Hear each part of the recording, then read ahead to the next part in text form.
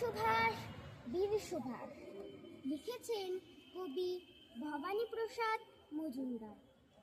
নেতাজি সুভাষ, নেতাজি সুভাষ বিজয়ী বিশ্ববীর।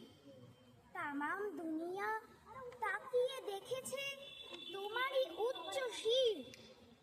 জীবনে তোমার ছিল না কিছুই দেশের চিন্তা ছাড়া। সুজলা সুফলা মায়ের দুঃখে হয়েছ আত্মহারা। ভারত মায়ের মুক্তির তরে লড়াই করেছ তুমি।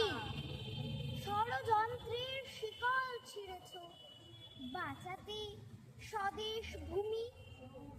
বোমার মতোই পড়েছিলে ফেটে দেশের দুঃখ দেখে। সকলেই যেন তোমার মতোই লড়াই করতে শেখে। সকলেই যেন তোমার মতোই লড়াই করতে শেখে। নমস্কার। বাহ।